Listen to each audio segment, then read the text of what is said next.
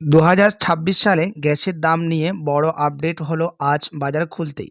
প্রতি মাসের শুরুতেই অয়েল মার্কেটিং সংস্থাগুলি আন্তর্জাতিক বাজারে পেট্রোলিয়াম পণ্যের দাম তুলনামূলক বিচার করে এবং তার সাপেক্ষে দেশীয় বাজারে এলপিজি সিলিন্ডার ও অন্যান্য পেট্রোলিয়ামজাত পণ্যের দাম নির্ধারণ করে।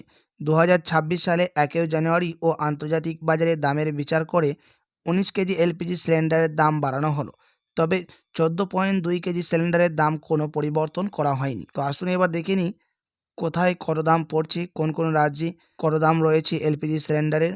14 কেজি এবং 19 কেজি সিলিন্ডারে কত দাম বৃদ্ধি পেয়েছে। এলপিজি সিলিন্ডারের নতুন দাম।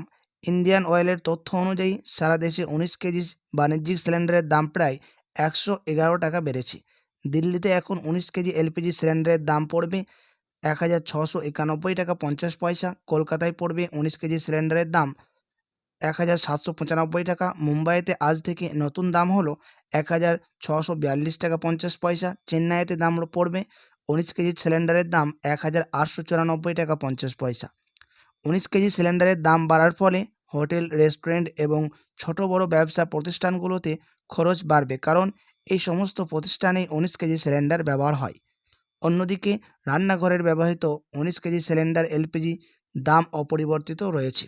দিল্লিতে 14.2 কেজি সিলিন্ডারের দাম রয়েছে 853 টাকা। মুম্বাইতে দাম পড়ছে 852 টাকা 50 পয়সা। কলকাতাতে 879 টাকা দাম। চেন্নাইতে 14 কেজি সিলিন্ডারের দাম পড়বে 868 টাকা।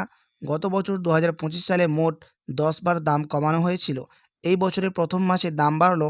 আগামী দিনে এলপিজি সিলিন্ডারের দাম কমতে পারে বলে আশা করছেন কিছু বিশেষজ্ঞরা।